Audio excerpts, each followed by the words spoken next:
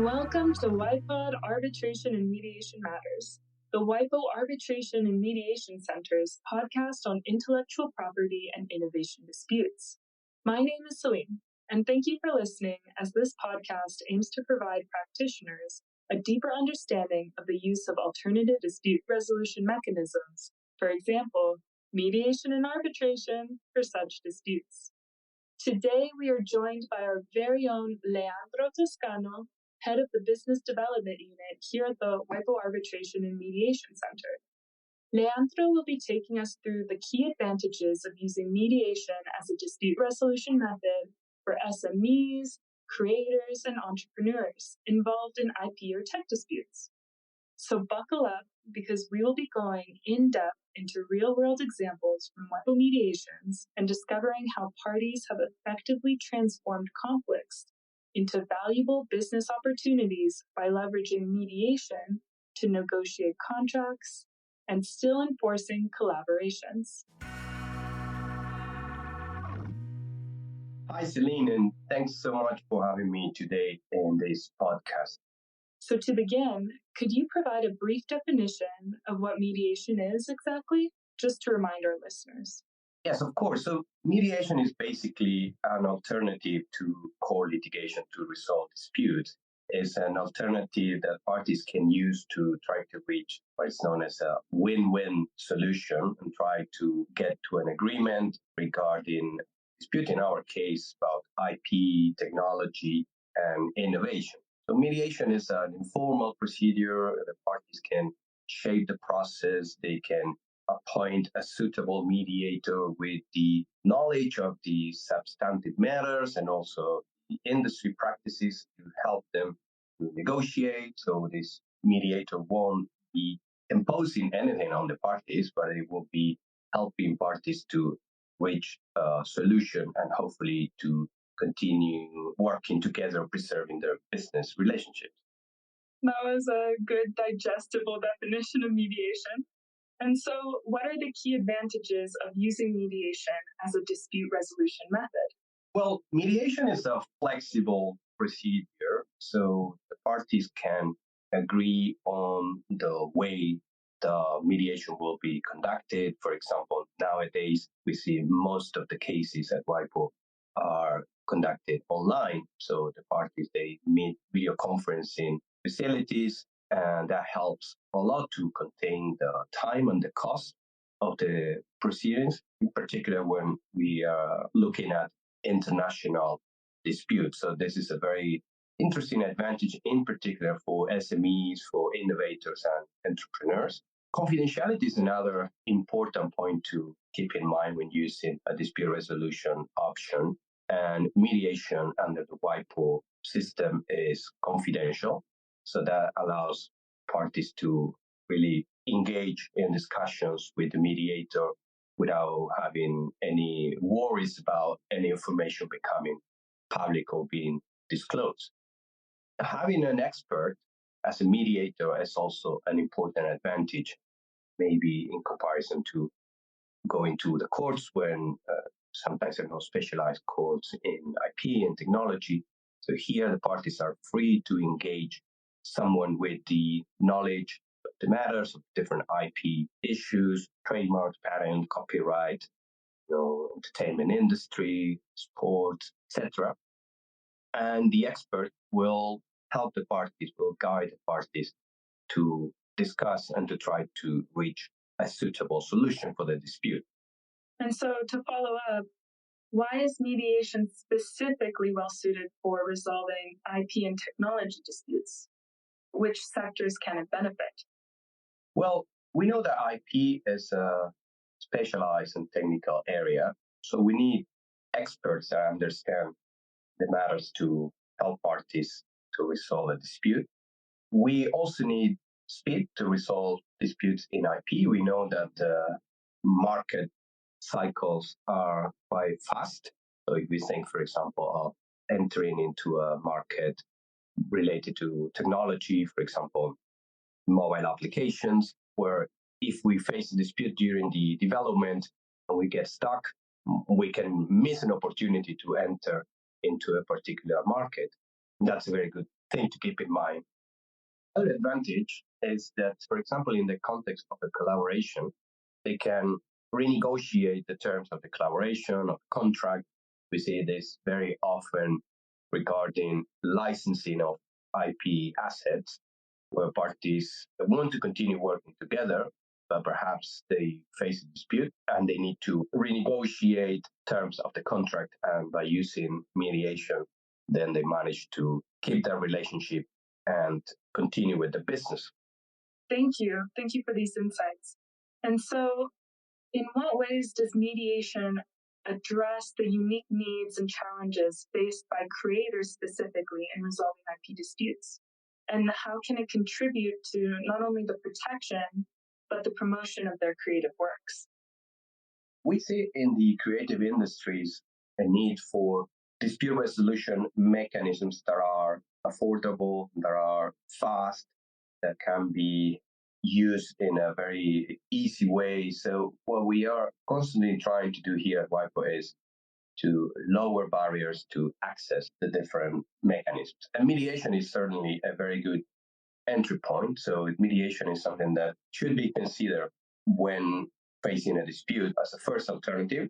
So mediation, as we know, is not mandatory in the sense that if a party is not comfortable in the context of mediation, it can step out at any time, maybe explore other alternatives like arbitration or core litigation. So it's worth trying, worth having a mediation phase when we approach dispute resolution. So for creators, this is affordable option. So at WIPO, we have the possibility of submitting what we call like an invitation to consider mediation. So we see often cases, for example, related to photographers that find that their works are being used in the digital environment without their permission, without paying any compensation for that.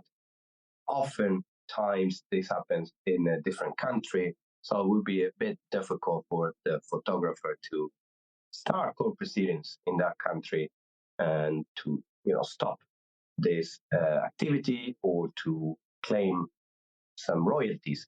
So there's a possibility of inviting the other party to consider, for example, negotiating some licensing fees for the use of these works. So that's something that is growing and that we see creators and IP owners using more and more. So that's something important, I think, to keep in mind, and perhaps it's not so well known. Here at WIPO, we are always happy to support, of course, respecting our neutrality. We are always happy to support creators, innovators, SMEs to understand how to use this range of tools, including mediation. And so, to follow up and to provide our listeners a little bit more insight, do you think you could walk us through the general process of how mediation works? For example, where would a creator or an entrepreneur know where to begin? So mediation is quite an easy to understand procedure. So in order to start mediation under the WIPO system, you have a few ways. So you could include, for example, if you have a contract with the other party, for example, in a software development agreement or in a trademark licensing agreement or a co-production of a movie, you can include a clause agreeing with the other party to refer any future potential dispute to WIPO mediation. So if something happens, then any party can start the mediation before WIPO. So that's one way. There are situations when you already have a contract with the other party, but you did not include reference to WIPO mediation there. But still, once a dispute arises, the parties can agree to refer that matter to WIPO mediation by signing an agreement. We have models on our website, so that's something very simple. There are no big formalities. You don't have to prepare a complaint. You don't have to add evidence at that stage or anything like that. So it's very simple. There's also the possibility that I mentioned before of inviting someone to consider mediation. And of course, it's a consensual mechanism, so the other party needs to agree to participate. But that's a very simple process. So you can complete an online form and on our website, and then WIPO will help parties to try to agree on going to a mediation. And if they need the assistance of mediator, then WIPO has a list of over 2,000 experts from around the world that can be engaged as mediator in the case. And there's also the possibility, if you are already litigating in the courts, of agreeing with the other party to suspend court proceedings and to try mediation to resolve your dispute in a perhaps in a faster way. Thank you, Leandro. And so, to follow up, how can SMEs and creators strategically use mediation in different ways to prevent and resolve such disputes? Could you provide case examples? So we have seen WIPO mediation being used in different ways. For example, we had a case involving a number of companies, Europe, United States of America. These companies had trademarks that were similar, and there was a risk of confusion, and they were operating in the same market. They wanted to prevent any dispute from happening, so they agreed to engage WIPO mediator to help them to negotiate a trademark coexistence agreement and to prevent any potential dispute. So that's an example of using mediation to avoid having IP related disputes. We have seen other situations where, for example, in the TV format industry, where a producer of a show that was successful in a country wanted to expand to another jurisdiction and finds out that there's another show that started a bit later than this first show and that included elements of the first show. So wanted to explore the possibility of collaborating, maybe having some sort of licensing agreement, and agreed with the other party to engage an expert in the TV format industry, a WIPO mediator, to help the parties negotiate licensing agreement. So that's another example of using mediation to create business opportunities. Then we have seen more recently cases in the sphere of video games and esports, where, for example, there are some sort of copyright issues in the game storyline or the use of music or image rights, and the parties want to negotiate how to agree on how to use these rights in the context of a video game. And we have also seen cases where esports teams had some issues related to competitions and prices, context of competition. Through mediation, they explore ways to resolve a dispute. So, as you can see, mediation can be used in different ways. It allows you to arrive to creative solutions that sometimes you cannot get through the court system. And this is when mediation can also add extra value. Thank you for that. And so, as the final question, what can we expect of IP mediation and its potential impact? What we see is an increase in the use of these alternative dispute resolution mechanisms, in particular mediation. So, in many countries nowadays, in legislation, we see references to the use of mediation to resolve IP disputes, in particular in the area of copyright and content. So, the governments are encouraging the use of mediation to resolve IP disputes. We see also an active participation of intellectual property and copyright offices. So here at WIPO, we partner with a large number of organizations in different regions to either raise awareness or also provide these mediation services. So if you are an entrepreneur, an SME, a creator, and you are facing a dispute, can always contact us. We can inform you of the different options that you may have depending on what type of disputes and depending on where you are located. So we'll be very happy to assist you in this regard. And hopefully, by using mediation more and more, we will see, let's say, a lower impact of disputes in the creative processes and the innovation processes.